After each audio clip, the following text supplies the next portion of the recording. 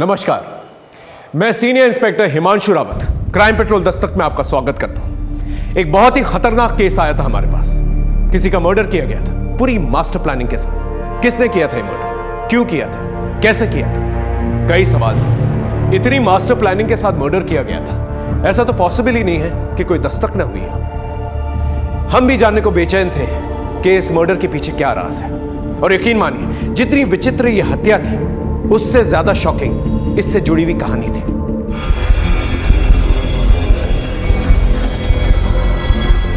The number you are trying to call is currently not reachable.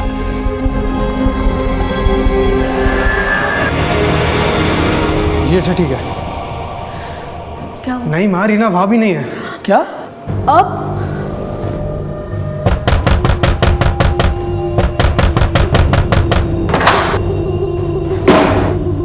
Reena? अरे रीना! क्या हुआ इसे?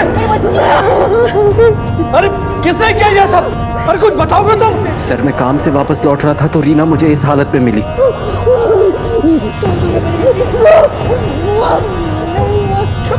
मैंने भी पूछा लेकिन कुछ बता नहीं पा रही है।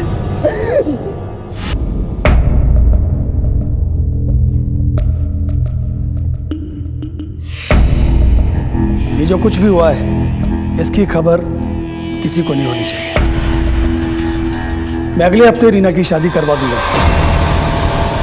बदनामी की ये कहानी इस चार दीवारी के अंदर ही रहनी चाहिए।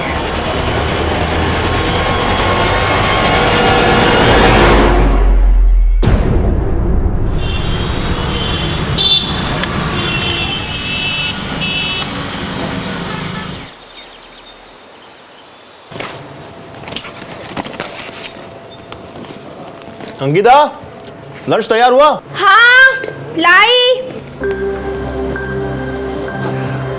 आज आप कितने बजे तक आ जाएंगे? वही रोज की तरह 7 बजे। मैं भगवान से प्रार्थना करूंगी कि आज आपका काम हो जाए, प्रॉपर्टी की कोई बड़ी डील फाइनल हो जाए। काम प्रार्थना से नहीं, कोशिश से बनता है। चलता हूं।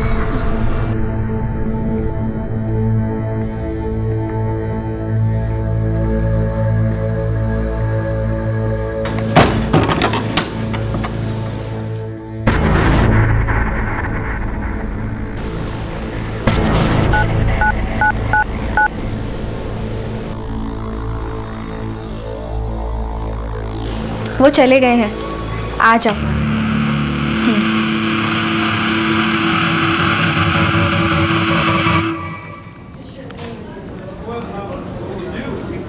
हाँ बेटा, मैंने सारे डिटेल्स भेज दिए, ईमेल चेक कर लेना।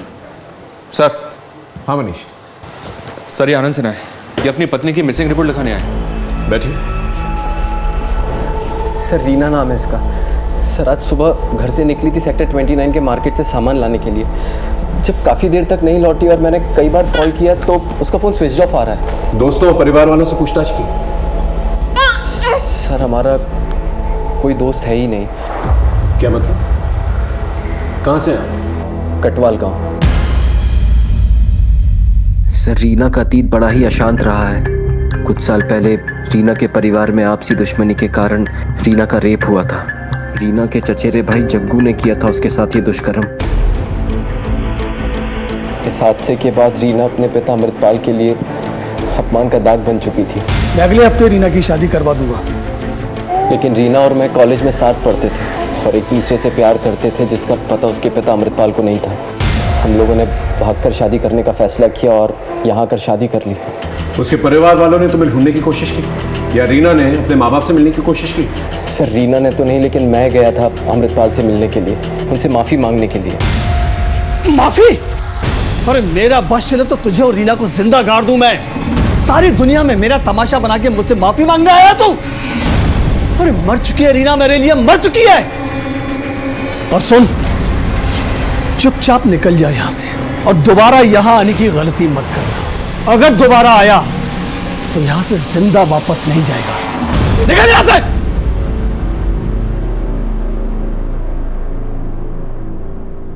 तुम्हारी फैमिली का क्या, उनसे मेलजोल है? सर इस हादसे के पहले ही मेरी माँ रीना को पसंद नहीं करती थी। क्यों? दरअसल रीना को बैडमिंटन खेलने का शौक था। मेरा मैच मिस कर दिया तुमने। सॉरी अगला मैच पक्का देखूंगा, प्रॉमिस।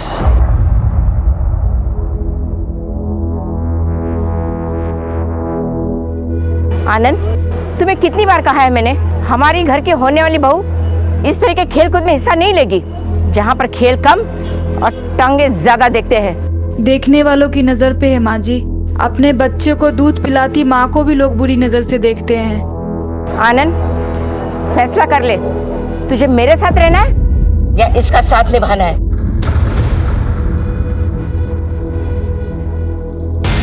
इनसे रीना का मोबाइल नंबर लेके लास्ट लोकेशन ट्रेस करो और मोबाइल की डिटेल्स भी निकालो। जी।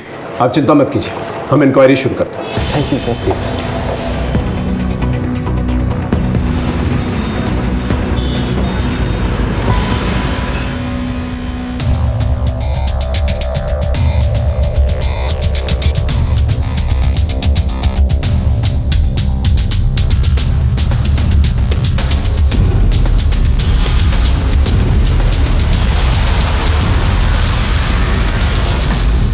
सर, रीना की last location sector 29 central market में ही थी। वहां लोगों से इंक्वायरी की लेकिन किसी ने भी रीना को पहचाना नहीं। कोई सीसीटीवी फुटेज? नहीं सर, लगता है जैसे हवा में गायब हो गई। आनंद की माँ से भी पूछा, हम नहीं जानते उसकी जिंदगी में क्या चल रहा था और नहीं जानना चाहते। कहीं रीना के लापता होने का कारण उसके साथ वो हादसा तो नहीं? लेकिन सर, आनंद के मुताबिक पिछले 2 साल से रीना अपने परिवार से मिली तक नहीं है। फोन लगा के देखो क्या जवाब है।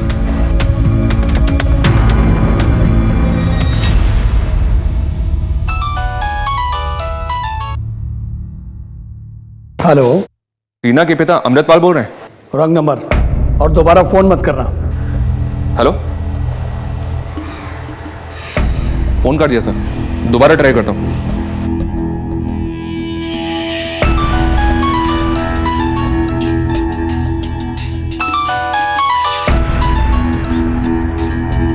देखिए, मैं गाजियाबाद पुलिस स्टेशन से पीएसआई मनीष सिंह बोल रहा हूँ। आपकी बेटी रीना के गायब होने की रिपोर्ट लिखवाई है उसके पति आनंद ने। कुछ पता है आपको इसके बारे में?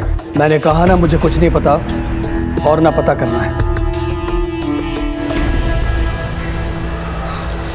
आदमी काफी टेढ़ा लग रहा है सर। टेढ़ा होने का रीजन है उसके पास?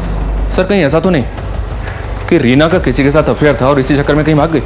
हो सकता है। अभी फिलहाल किसी भी पॉसिबिलिटी को रूल आउट नहीं किया जा सकता मनीष। रीना के कॉल रिकॉर्ड निकालो, रीना और आनंद के रिलेशनशिप के बारे में भी पता करो, बाद में उसके परिवार तक जाते हैं। ठीक है सर।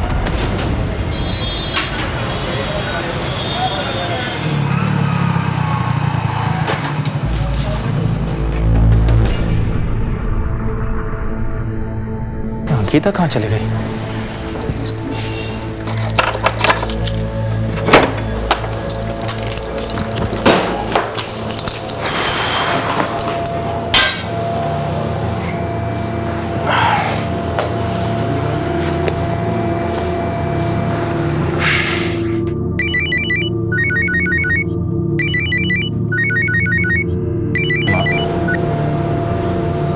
हाँ माँ, बोलिए। अरे कहाँ था तू?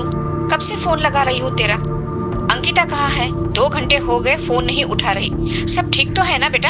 हाँ माँ, सब कुछ ठीक है। वो अंकिता बाजार गई होगी। काम कैसा चल रहा है तेरा? बस ठीक चल रहा है माँ, थोड़ा समय जाएगा संभालने में। अच्छा, आप ये बताइए, जो मैंने आपसे कहा था, आपने उस बारे में कुछ सोचा? मेरा जवाब तुझे पता है, मेरा इरादा कोई नहीं बदल सकता।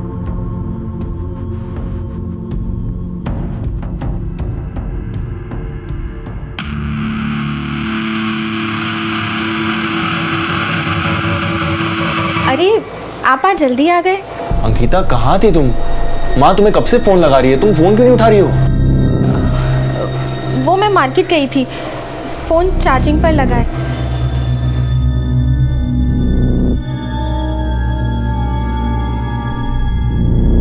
साहब, आनंद और रीना यहाँ 2 साल पहले रहने आए थे। वैसे तो दोनों खुशहाल ही रहते थे, लेकिन बच्चे के पैदा होने के बाद दोनों लड़ने झगड़ने लगे थे। चुप, एकदम चुप।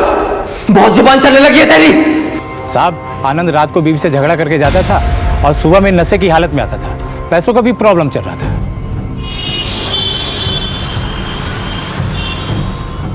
सर। हाँ मनीष। आनंद के पड़ोस में पता किया मैंने, आनंद की शादीशुदा जिंदगी ठीक नहीं चल रही थी।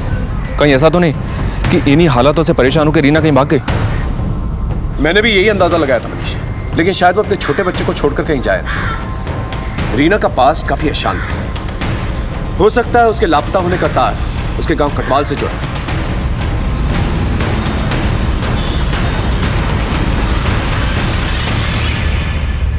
रीना का घर यही है? जी पापा, पुलिस आई है। पूछो उनसे क्या काम है। कहना है केस के सिलसिले में पूछताछ कर दी। अगर वक्त नहीं है तो समन्स भेज के थाने बुलवा लेते हैं। मैंने आपसे फोन पे ही कहा था कि रीना से ना तो मेरा कोई रिश्ता है और ना ही कोई लेना देना। क्या हुआ रीना को? कालिक पोती थी रीना ने हमारे परिवार के मुंह पर। जग्गू ने उसके साथ जो कुछ भी किया, उसके बाद मैंने उसके लिए एक बहुत अच्छा रिश्ता तय किया था। लेकिन रीना मेरे नाक के नीचे मेरे ही टुकड़ों पर पलने वाले एक मामूली से आदमी आनंद के साथ भाग गई। इतना सब होने के बावजूद आनंद ने रीना को अपना लिया, उससे शादी भी कर ली। वो तो आपके पास माफी भी मांगने आया था। आनंद, उसकी बातों पर भरोसा मत करना। वो मेरे पास माफी मांगने नहीं, जायदाद में हिस्सा मांगने आया था। अगर सीधी तरह से आपने रीना को उसका हिस्सा नहीं दिया ना, तो मुझे कोर्ट जाना पड़ेगा। हाँ, अगर आप रीना को अपनाना नहीं चाहते तो मत अपनाओ, लेकिन उसे उसका हिस्सा तो देना पड़ेगा। अच्छा, तो कोर्ट जाएगा? जा, मुझे जो देना था वो दे चुका हूं। अब तुझे इस घर से सिवाय बेइज्जती के और कुछ नहीं मिलेगा। हम यहाँ रीना की मिसिंग कंप्लेंट की तफ्तीश कर रहे हैं। क्या आप लोग में से कोई जानता है कि रीना कहाँ है? एक बार चली गई सो चली गई, पलट के वापस नहीं आई सर। ठीक है, जैसे आप लोगों को कुछ पता चलता है हमें बताइएगा।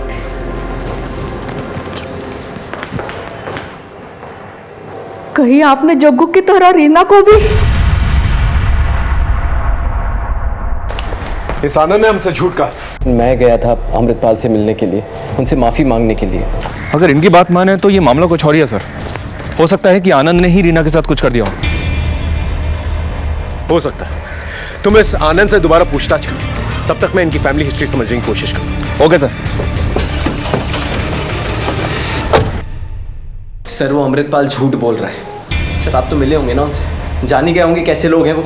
सर, वो अमृतपाल जमाने जोड़ने के अलावा कुछ नहीं जानता। तहसील में रहकर उल्टे सीधे तरीकों से कितने लोगों की ज़मीन जायदाद हड़पी है उसने, यहाँ तक कि अपने भाई तक को नहीं छोड़ा। और सर, आपको मुझ पे भरोसा नहीं है ना, तो आप गांव जाकर उनकी फैमिली से पूछ सकते हैं।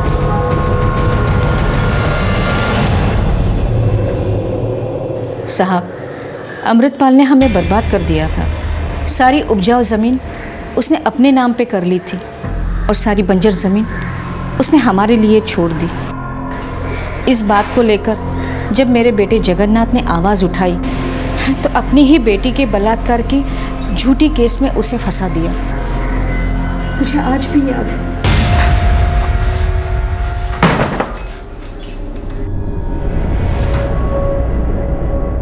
जग्गू, तू ठीक तो है? माँ, वो मेरे पीछे पड़े माँ, वो मुझे मार देंगे। मैं बस तुझसे मिलने आया था। तुझे पता है ना माँ, मैंने रीना का बलात्कार नहीं किया था, मुझे फंसाया गया था। मैं जानती हूँ बेटा। जग्गू, मुझे जाना होगा माँ, अपना ख्याल रखना। जग्गू,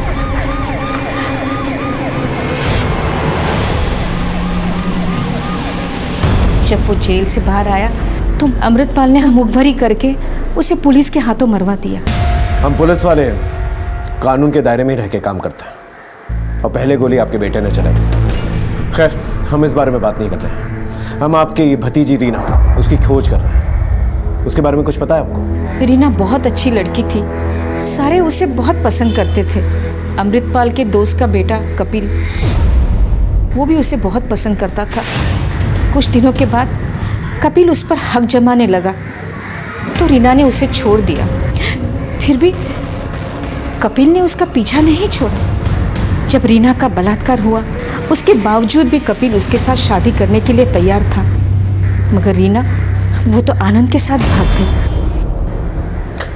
कोई और नजदीक था रीना के? जी, मेरा बेटा सूरज, जो साहिबाबाद में अपने पत्नी के साथ रहता है। उसका काम जम जाए ना तो मैं भी चली जाऊंगी यहाँ से। आप उससे फोन करके पूछ सकती हैं कि उन दिनों क्या बातचीत हुई थी। जी साहब। The number you are trying to call is currently switched off. इसका नंबर नहीं लग रहा है। साहब, मैं अपनी बहू का नंबर मिलाती हूँ। प्लीज ट्राई कीजिए। The number you are trying to call is currently switched off. इसका भी स्विच ऑफ आ रहा है। ठीक है, आप इनका फ़ोन नंबर और पता हमें दे दीजिए और उसका पिन, उसका नंबर भी दीजिए। इन सबके नंबर ले लो, उनके कॉल रिकॉर्ड्स भी निकालो। ठीक है। देखा आपने कितनी उलझनें थी इनके रिश्तों में। कोई भी ब्लॉक सीधी नहीं बैठ रही थी और हम हर एक मिलती लीड के साथ और ज्यादा हैरान होते जा रहे थे। यहां से मैं आपको लेके चलता हूं उस मौका वारदात पे जहां से हमने इस कहानी की शुरुआत की थी।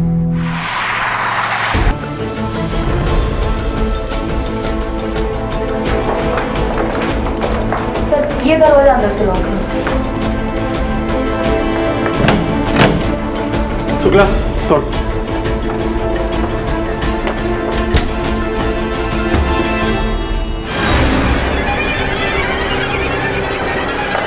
सर, बाहर के दरवाजे का लॉक टूटा हुआ है। एक काम करो, घर को अच्छे से चेक करो, शायद कुछ पता चले। यहाँ और कौन कौन रहता है? सर, अंकिता और उसके हस्बैंड कुछ ही महीना पहले शिफ्ट हुए हैं सर।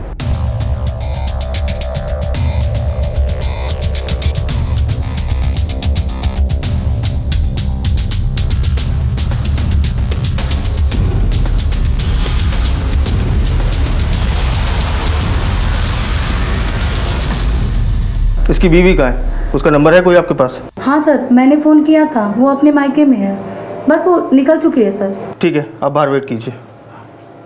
सर।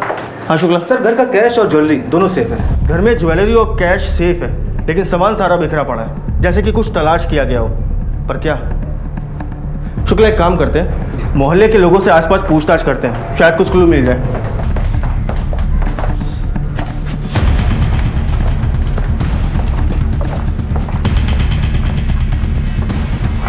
कातिल को हमला करने के लिए इस ऊंचाई तक चढ़ना पड़ा होगा। सिंह, आसपास चेक करो, देखो कुछ मिलता है क्या। चेक करो।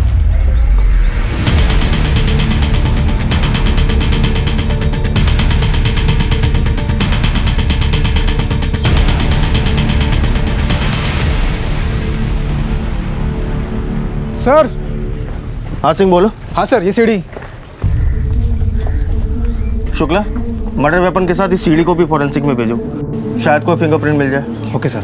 सर, ये पास में गन्ने का जूस का ठेला लगाता है, इसने कुछ देखा है? क्या देखा तुमने? साहब, परसों शाम से एक बूढ़ा आदमी यहाँ आता था और उसके हाथ में एक ऐसी सीढ़ी थी और हाथ में एक सब्वल था। देखने में कैसा था? उसका स्केच बनवा सकते हो? नहीं साहब, इतना ध्यान से उसका चेहरा नहीं देखा था। ठीक है, जा सकते हो। शुक्ला। जी सर। इस बूढ़े आदमी के बारे में पता करो, मुझे लगता है कि हमलावर यही है। और इस सीढ़ी और सब्बल के बारे में भी पता करो, देखो ये कहाँ से खरीदा गया है। पास ही में एक मजदूर चौक भी है, वहाँ भी पूछताछ करो। Okay sir.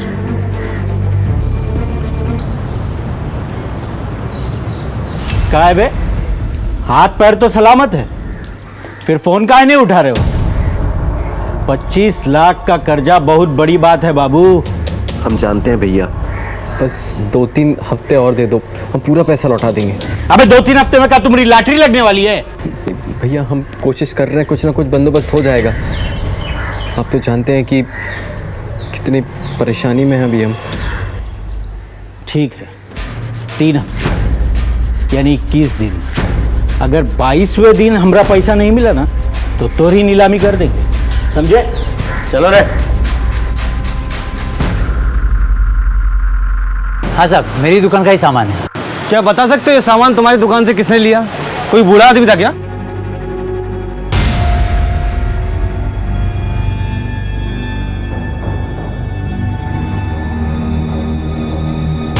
हाँ साहब, बूढ़ा आदमी था। आप उस बूढ़े आदमी का स्केच बनवा सकते हो? इतना साफ तो याद नहीं है साहब मुझे। ठीक है, थैंक यू। कांस्टेबल, एक काम करो, इस एरिया के सारे सीसीटीवी फुटेज चेक करो, कहीं ना कहीं कैप्चर तो हुआ होगा। सर, मैं 1 हफ्ते के लिए अपने मायके गई थी क्योंकि मेरे पति भी गांव जाने वाले थे। अंकिता, क्या लगता है आपको, आपके पति की हत्या किसने की होगी? सूरज की किसी से कोई दुश्मनी थी? पता नहीं सर, मेरे पति तो बहुत सीधे साधे इंसान थे, प्रॉपर्टी डीलिंग का काम करते थे। लेकिन सर, उनका कुछ दिनों से एक समीर नाम के प्रॉपर्टी डीलर से झगड़ा चल रहा था। इनफैक्ट सर उस समीर ने उनको धमकाया भी था। ठीक है अंकिता, अभी आप जा सकती हैं। ज़रूरत पड़ने पे हम आपको फिर बुलाएंगे। जी सर।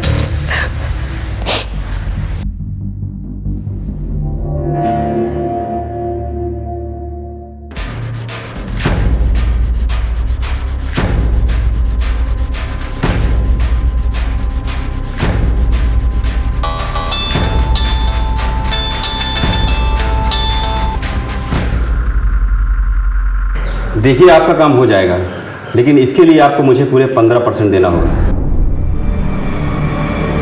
मंजूर है सर सूरज की पोस्टमार्टम रिपोर्ट आ गई है। रिपोर्ट से मालूम चला है कि सूरज की मौत कल दिन में हुई है। सर मर्डर वेपन पर हमें जो उंगलियों के निशान मिले थे, वही उंगलियों के निशान हमें सीढ़ी पर मिले। शुक्ला, इस इन्वेस्टिगेशन के दौरान जिन जिन लोगों से तुम पूछताछ करोगे उन सब के फिंगरप्रिंट मुझे चाहिए। जी सर। सूरज की दुश्मनी किसी समीर नाम के प्रॉपर्टी डीलर से थी। उठा के लाओ समीर को।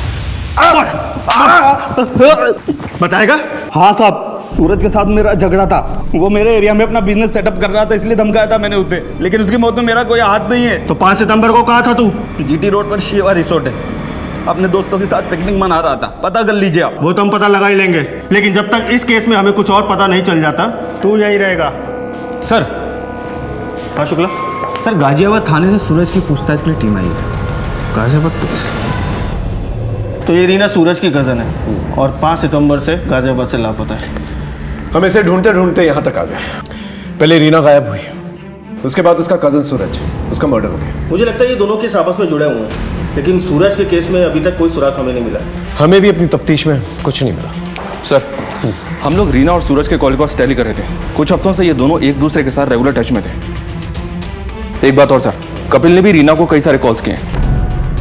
कपिल के फ़ोन की लोकेशन रीना के मोहल्ले की दिख रही है। यहाँ तक कि 5 सितंबर को उसी एरिया में वो था जिस दिन रीना गायब हुई। इसका मतलब कपिल रीना पे नजर रखे हुए था और रीना कॉन्स्टेंटली टच में थी सूरज के। अब लगने लगा है ये दोनों केसेस एक दूसरे से जुड़े हुए हैं। सर ये फुटेज। सर ये दिल्ली जाने वाले रास्ते की सीसीटीवी फुटेज।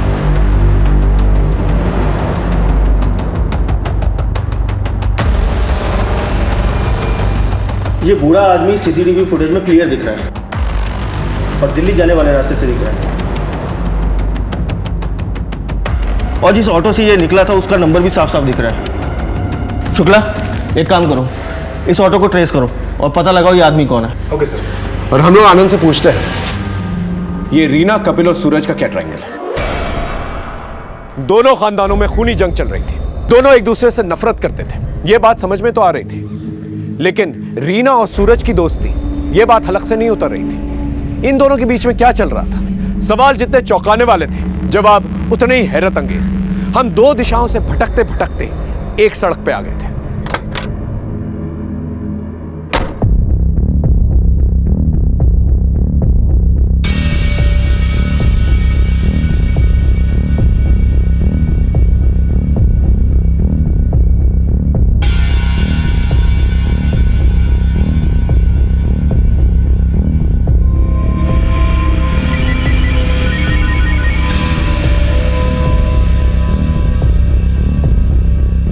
हेलो।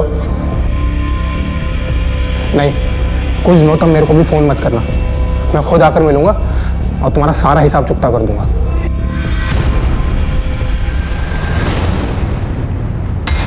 क्या सूरज का खून हो गया? सर रीना का कुछ पता चला? वो हम पता कर रहे हैं। पहले तुम बताओ, तुम इस कपिल के बारे में क्या जानते हो? वो प्यार करता था रीना से, अपना हक जताता था रीना पर, और तो और वो घर तक पहुंच गया था सर। हाथ जोड़ते मेरा पीछा छोड़ दो। कौन सी भाषा में समझाया हम तुमको? दोबारा रीना के पास भी दिखे ना तो सोच लेना। निकलो यहाँ से। बहुत बड़ी भूल कर दी रीना तुमने। चल निकल, दोबारा नजर मत आना। तो ये बात पहले क्यों नहीं बताई? सर मुझे लगा वो क्या कर सकता है, बस इसीलिए। ये कपिल कहाँ रहता है? बहरामपुर। इन दोनों रीना और सूरज के बीच में बहुत बातचीत हो रही थी, क्यों? सर सूरज बहुत अच्छा आदमी था, उनके पूरे परिवार में वही एक समझदार इंसान था। वो रीना के साथ मिलकर अपने और अमृतपाल की फैमिली के बीच सुलह कराना चाहता था। रीना उसका साथ दे रही थी। जिस दिन सूरज का मर्डर हुआ 5 सितंबर, तू कहाँ था? मैं वकील के दफ्तर में था। सारा दिन कागजी कार्रवाई में ही गुजर गया था।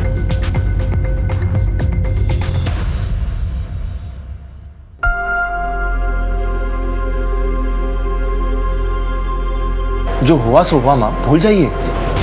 एक नए सिरे से शुरुआत कीजिए माँ।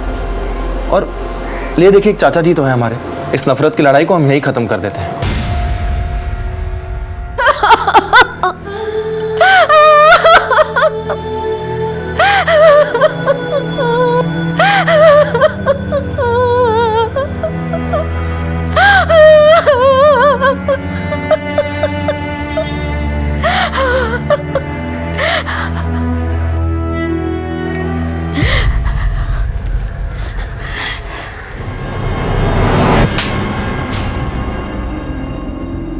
तूने यहाँ आने की हिम्मत कैसे की?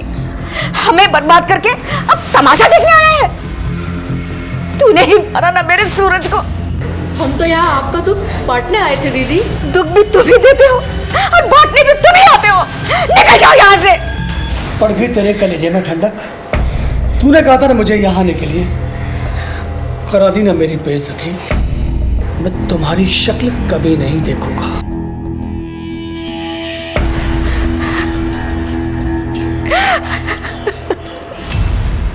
रीना ने तुझे छोड़ दिया, लेकिन तूने रीना को नहीं छोड़ा, क्यों? क्योंकि सर मैं रीना से बहुत प्यार करता था। और रीना आनंद से? नहीं सर, आनंद ने तो उसे फंसाया था।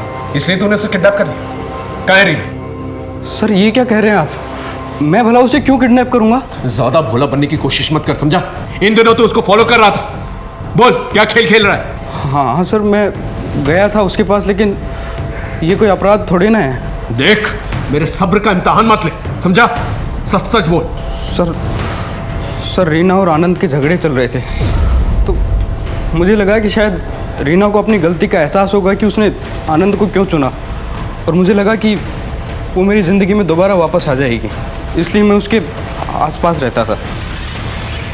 5 सितंबर को कहाँ था तू? सर मैं अपने गांव हिसार गया हुआ था, और वहाँ से आया तो मुझे पता चला कि रीना गायब है। तेरी हर एक बात को चेक करेंगे, जरा सा भी छूट टिकला ना तो देख लेना। शहर छोड़ के मत जाना कहीं, अब जा। हम हर एक लीड को फॉलो कर रहे थे, सबसे पूछताछ कर रहे थे, दोनों केसेस को जोड़कर देख रहे थे, यहां की संभावना वहां, वहां के लिंक को यहां, लेकिन कुछ भी हाथ में नहीं आ रहा था। फिर एक ऐसा मोड़ आया जिसने हमारी परेशानी और भी ज्यादा बढ़ा दी।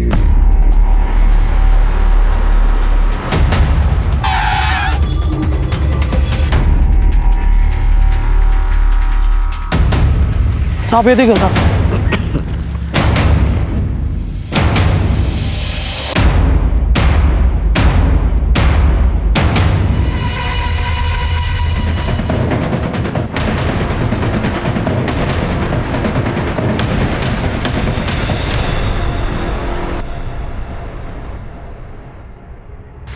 सर, रीना को मारने का किसी के पास क्या कारण हो सकता है? कारण तो है मनीष। अमृतपाल के पास रीना ने भागकर शादी की, कपिल के पास रीना उसके हाथ आते आते निकल गई, और आनंद के पास इनके बीच में झगड़े जो हो रहे थे। मुझे तो रीना के भाई सचिन पे भी शक है, क्योंकि रीना की मौत से सीधा फायदा है उसका। और इन सबसे हटकर रीना का पास्ट सबसे बड़ा कारण है। लेकिन सर, कपिल के अलावा ही चेक किया हमने, वो अपने गांव हिसार में ही था। जरूरी नहीं हर इंसान जो अपना काम खुद ही करे, वो किसी और से भी करवा सकता है। इन दोनों परिवारों के बीच में काफी तनाव था। एक परिवार में जग्गू का इनकाउंटर हो जाता है और सूरज की हत्या, और दूसरे परिवार में रीना की हत्या। इन सब परिवार वालों की एक लिस्ट बनाओ, इन सब पे नजर रखो, इनकी कॉल हिस्ट्री निकलवाओ। कोई तो है जिस परिवार के पीछे पड़ा हुआ है। ये रीना की पोस्टमार्टम रिपोर्ट आई है सर। पोस्टमार्टम रिपोर्ट के हिसाब से मौत सर पे चोट लगने से हुई है, डिफ्यूज एक्सोनल इंजरी, जिसकी वजह से स्कल में क्रैक पड़ गया। परिवार वालों से कुछ पता चला? हमने हर एक मेंबर के कॉल रिकॉर्ड्स और उनकी मूवमेंट्स चेक किए। एक बात सामने आई है सर, ये अमृतपाल दोनों ही मर्डर्स के दिन गाजियाबाद में था, और हर बार कुछ घंटों के लिए इसका फोन भी बंद था। सूरज की पत्नी अंकिता की ये बात झूठ थी सर कि वो मायके में थी, जबकि उसका फोन गाजियाबाद में ही राजनगर में एक्टिव था, और अक्सर वहीं एक्टिव रहा है।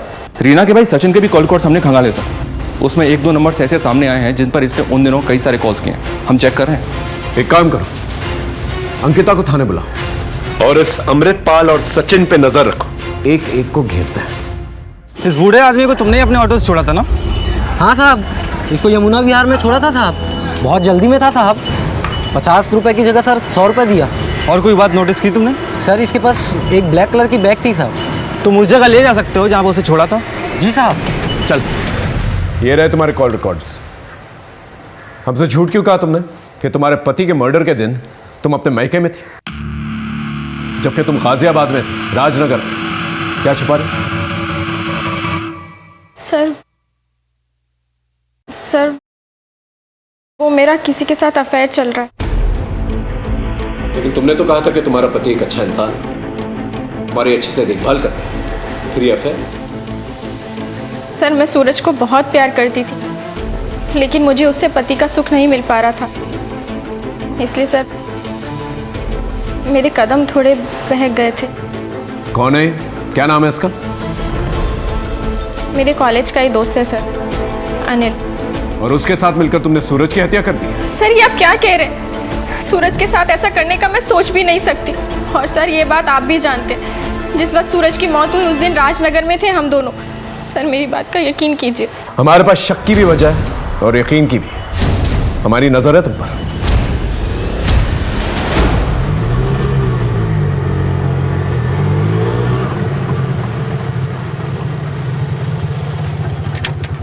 साहब यही वो जगह है, वो बुढ़ा यहाँ पे उतरा और सीधा चला गया साहब।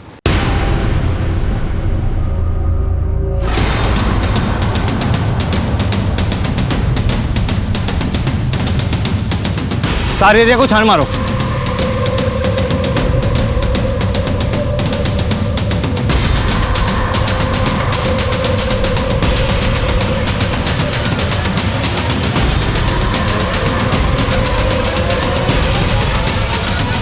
सर यहाँ कुछ मिला है?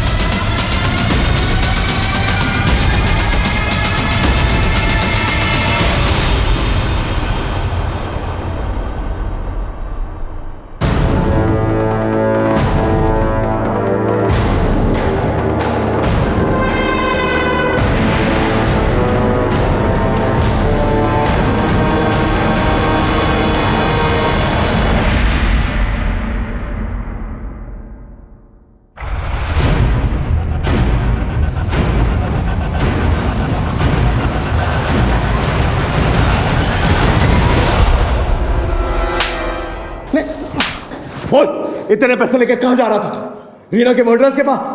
नहीं सर, रीना की हत्या और मैं। तो फिर ये सब क्या है? सर मुझे एक्चुअली प्रोस्टिट्यूट के पास जाने की लत लग गई थी सर। पापा पैसे देते नहीं थे तो मैंने सोने में मिलावट करके पैसा कमाया सर।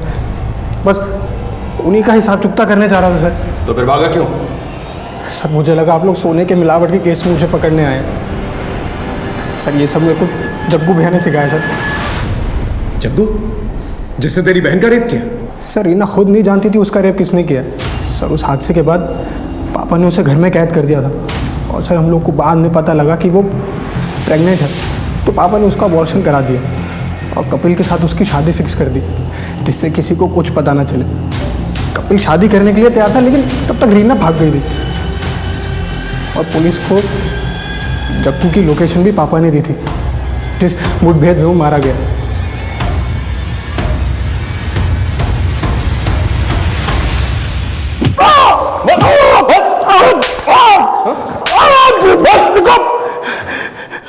क्यों मार रहे हो तुम मुझे इतना? तुमको मालूम है ना कि ये गैर कानूनी है और इसके लिए मैं तुम्हें कोर्ट में घसीटूंगा। कोर्ट जाने लायक बचेगा तब ना। हटा दे। देखो देखो बता था, सब बता था। शुरुआत से बता। अरे जग्गू तू। चाचा तुमने बहुत नाइंसाफी किया हमारे साथ। अरे पैसे पैसे का मोहताज बना दिया हमें, लेकिन अब नहीं चलेगा तुम्हारा ये सब। शराब पी के आया क्या है? चल निकल यहाँ से, निकल। छोड़ूंगा नहीं मैं तुम्हें चाचा। मुझे समझ नहीं आ रहा था कि जग्गू से कैसे छुटकारा पाऊं, और फिर एक दिन रीना। अरे क्या हुआ से? रीना का बलात्कार किसने किया है ये उसे नहीं पता था। जो हो गया उसे तो नहीं बदल सकता था, लेकिन जग्गू को इस केस में फंसाकर उससे मैं जरूर छुटकारा पा सकता था। इसलिए मैंने जग्गू के खिलाफ FIR दर्ज करा दी। जग्गू गिरफ्तार हो गया, लेकिन इतना सब कुछ होने के बाद रीना का हाथ कोई नहीं थामने वाला था, इसलिए मैंने जमीन का एक हिस्सा रीना के नाम कर दिया। वो जमीन भी मेरी हड़पी हुई थी। कितना लालची आदमी है तो अपनी बेटी के इतने बड़े हादसे को अपने फायदे के लिए इस्तेमाल किया। जग्गू को दोबारा कैसे फंसाया? जेल से छूटने के बाद जग्गू और भी खतरनाक हो गया था और पुलिस का एक वांटेड मुजरिम था, इसलिए मैंने उसके लोकेशन की इंफॉर्मेशन पुलिस को दे दी। चल अब इतना बता दिया तो ये भी बता दे, रीना और सूरज के मर्डर के दिन तू गाजियाबाद में क्या कर रहा था और तेरा मोबाइल फोन क्यों ऑफ था? दोनों के मर्डर में तेरा हाथ है ना? बोल बोल। नहीं, गाजियाबाद में अक्सर तहसील के काम से जाता हूँ और वहाँ मुझे अपना फ़ोन स्विच ऑफ रखना पड़ता है। मैंने इन दोनों में से किसी का मर्डर नहीं किया। सर ये अमृतपाल क्या सच कह रहा है? अगर इसका हाथ नहीं है तो फिर किसका हाथ है? क्योंकि इसके अलावा हमारे रडार में और कोई बूढ़ा आदमी नहीं है। हमने रीना और आनंद की पूरी जिंदगी खंगाल ली, सारे एलिबाइज भी चेक कर लिए, कुछ नहीं मिला। कुछ तो मिसिंग है मनीष। सर एक नई इन्फॉर्मेशन हाथ लगी है। सर हम जैसे बूढ़ा आदमी समझ रहे थे, बल्कि बूढ़ा आदमी नहीं, बूढ़े आदमी के भेष में था। उस रिक्शे वाले ने जिस जगह उसको उतारा था उस जगह से हमें कुछ चीजें मिली हैं, जैसे जले हुए बाल और बैग।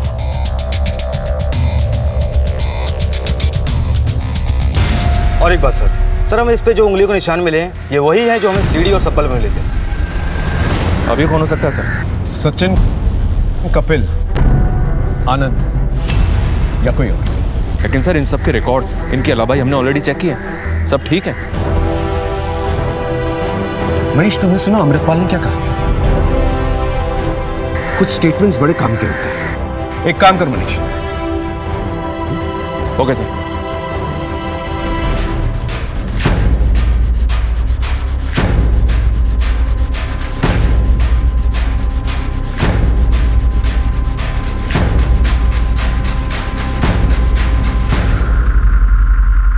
जी हाँ, उस दिन पूरे दिन आनंद ऑफिस में था मेरे साथ, लेकिन इतनी सी बात के लिए मुझे यहाँ लाने की क्या जरूरत थी? जरूरत थी क्योंकि हमने तेरी थोड़ी सी हिस्ट्री निकाली। तूने उस रिकवरी एजेंसी के खिलाफ कोई केस ही दर्ज नहीं किया। 5 सितंबर को तो ऑफिस में भी नहीं था, ऊपर से तेरे खुद के खिलाफ जालसाजी के कई कंप्लेंट्स हैं। अब अपनी वकालत खुद करेगा या एक अच्छे वकील को बुलाओ? दरअसल मैं प्रॉपर्टी के कुछ फेक डॉक्यूमेंट्स बना रहा था। किसके प्रॉपर्टीज के?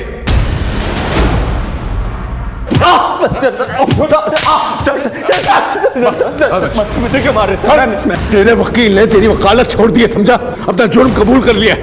अब तेरा डीएनए और फिंगरप्रिंट सारी कसर पूरी कर देंगे। अब सच सच बता। बोल। मैं बताता हूँ, मैं बुरी तरह से कर्ज में डूबा हुआ था।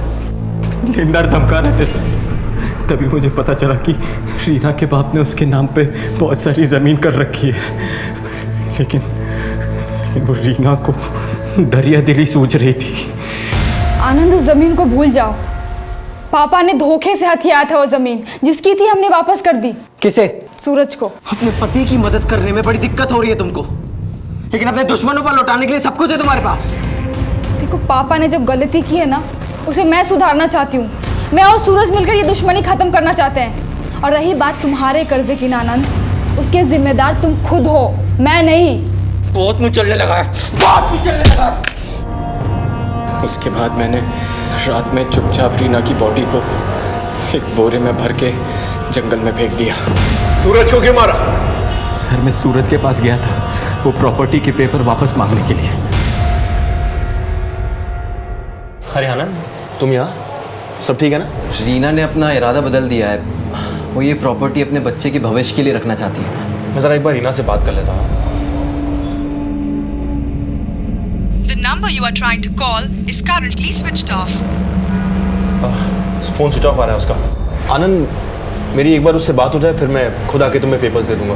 मुझे पता था कि सूरज मुझे वो पेपर्स देने वाला नहीं है, इसलिए मैंने सोचा कि उसे रास्ते से ही हटा देता हूँ। फिर ये बूढ़ा आदमी बनने का नाटक क्यों किया? सर वो ज़मीन कटवाल में है, अगर उसके कागजात तहसील में जाते तो अमृतपाल को सब पता लग जाता और वो ये ज़मीन मेरे नाम कभी नहीं होने देता। इसलिए मैंने वकील के साथ मिलकर कागजात में हेर फेर की। अमृतपाल की सूरज के परिवार से दुश्मनी है, ये सब जानते हैं, इसलिए मैंने उसके जैसा हुलिया बनाया और सूरज पर नज़र रखना शुरू कर दी। और मर्डर वाले दिन अपना मोबाइल वकील के यहाँ छोड़कर मैंने सूरज को अपने रास्ते से हटा दिया।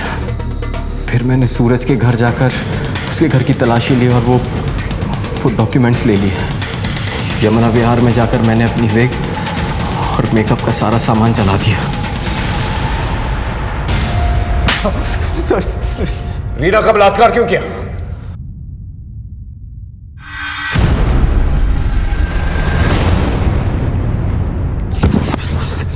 बोल, रीना का रेप क्यों किया? बोल। सर बताता सर, वो अमृतपाल रीना के लिए रिश्ते ढूंढ रहा था और वो कपिल उसके पीछे पड़ा हुआ था।